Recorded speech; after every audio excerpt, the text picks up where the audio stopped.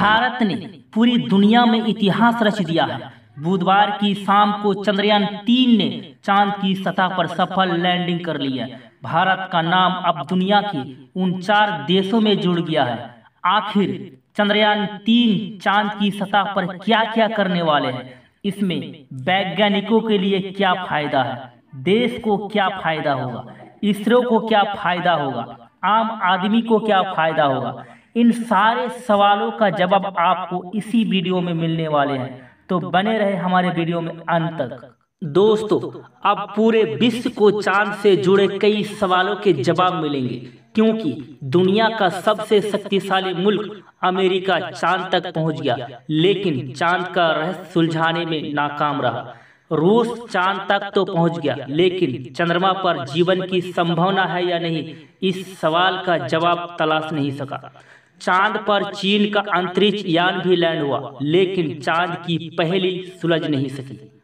भले ही भारत का चंद्रयान लैंडिंग के वक्त पहले फेल हो गया था, लेकिन भारत के मिशन से दुनिया को पहली बार पता चला कि चांद पर पानी मौजूद है।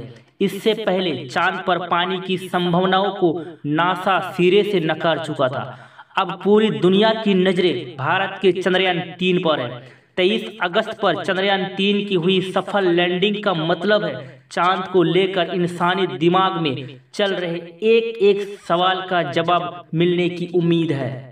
दोस्तों, बीते साल चांद को लेकर नासा के एक बड़े वैज्ञानिक की भविष्यवाणी आई थी।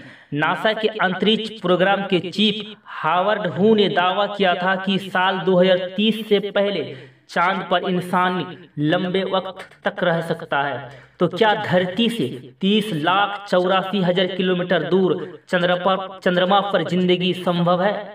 वैज्ञानिक हावर्ड हू के मुताबिक साल 2030 से पहले चांद पर इंसान एक्टिव हो सकते हैं, जिसमें उनके रहने के लिए बस्ती होंगी और उनके काम में मदद करने के लिए रोवर्स होंगे। इस दशक में हम कुछ लंबे कालखंडों के लिए चांद पर रह सकते हैं। वहां इंसानों के रहने लायक जगह होगी, उनके पास जमीन पर रोवर्स होंगे। हम चांद की जमीन पर इंसानों को भेजेंगे और वो वहां रहकर वैज्ञानिक काम करेंगे। वैज्ञानिक जल्द ही वहां के वातावरण में ढल जाएंगे। बता दें कि नासा ने चांद पर इंसानी बस्ती बसाने का दावा किया, लेकिन ये कैसे होगा? सवाल बड़ा है। इस सवाल का जवाब भारत का चंद्रयान-3 खोजेगा। वैज्ञानिकों की माने तो पूरी दुनिया की नजरें भारत के मिशन चांद पर टिकी हुई है, क्योंकि चांद के साउथ पोल पर सॉफ्ट लैंडिंग करने वाला भारत पहला देश बन गया है। दोस्तों, रोवर पर 2 पेलोड्स होंगे। एक लेजर इंड्यूस्ड ब्रेकडाउन स्पेक्ट्रोस्कोप, यह चांद की सतह पर मौजूद केमिकल्स यानी रसायनों की मात्रा और गुणवत्ता की स्टडी करेगा, साथ ही खनिजों की खोज करेगा।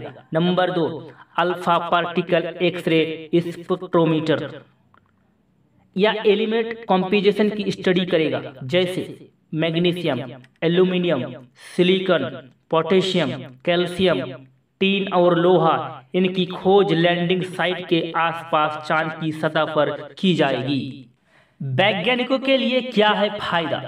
कुल मिलाकर विक्रम लैंडर और प्रज्ञान रोवर मिलकर चांद के वायुमंडल, सतह, रसायन, भूकंप, खनिज आदि की जांच करेंगे।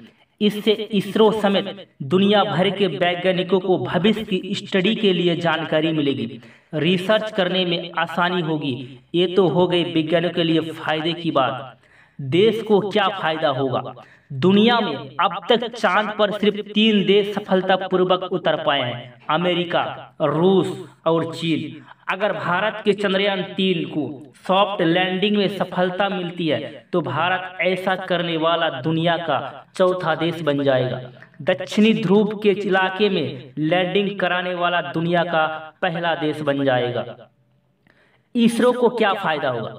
इसरो दुनिया में अपने किफायती कॉमर्शियल लॉन्चिंग के लिए जाना जाता है। अब तक 34 देशों के 424 विदेशी सैटेलाइट्स को छोड़ चुका है। 104 सैटेलाइट एक साथ छोड़ चुका है, और भी एक ही रॉकेट से।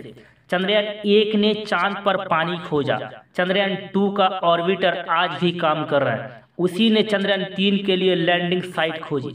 मंगलयान पर परिचम तो पूरी दुनिया देख चुकी है। चंद्रयान 3 की सफलता इसरो का नाम दुनिया की सबसे बड़ी स्पेस एजेंसियों में शामिल कर देगी। आम आदमी को होगा क्या फायदा?